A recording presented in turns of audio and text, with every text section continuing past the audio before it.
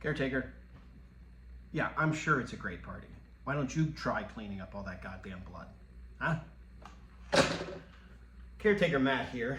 I wanted to talk about a movie that has always been one of my favorites. It's often referred to as a thriller. It doesn't get the credit of being horror that it rightfully deserves.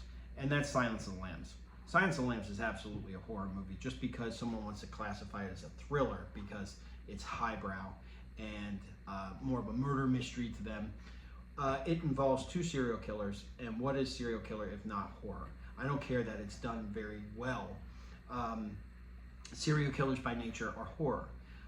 So you have an active serial killer in this movie that they're hunting and one who is captured. Anthony Hopkins, Sir Anthony Hopkins, Jodie Foster, Scott Glenn, Ted Levine, all directed by Jonathan Demme. Just because you have a well-made movie like Wolf, when I mentioned that a while back, just because it's done very highbrow does not make it any less horror. It doesn't have to be base level slasher. It can be a very intelligent slasher film, but still be a slasher film. And that's what this is. You have a guy killing multiple people and someone's hunting him. But the part of this movie that really stuck with me, more so than Anthony Hopkins is hilarious. He's very quotable in this movie. Almost every line is a goddamn t-shirt.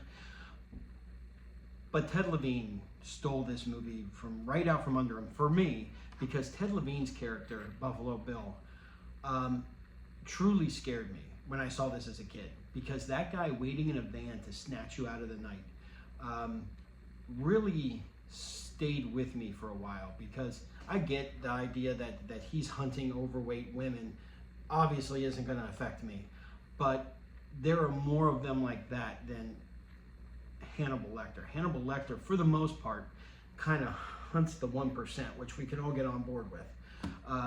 Buffalo Bill, his ilk is his type is hunting the rest of us, the ones who, you know, might go missing without people noticing. That's truly terrifying. And he steals this movie from me just because he was actually scary, whereas Hannibal Lecter seemed not like a caricature, but almost a reflection of what a serial killer would be, an exaggeration of a serial killer, just because he plays it so over the top. But Buffalo Bill, boy, you're about a size 14, like that. Boy, that was haunting. A lot of Ted Bundy in that character as far as how he abducted the women. But this movie is superbly paced. It's dirty, it's gritty. The score is amazing. You get just all-star performances from everybody. And at the end of the day, it's just fantastic. There's no other way to say it.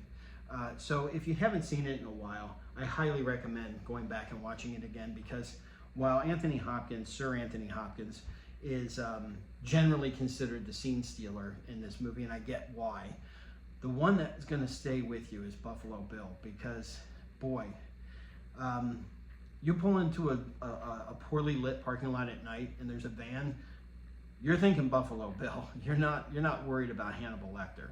So when you get a chance, check it out. This is Caretaker Matt saying, put the fucking lotion in the basket. Over and out.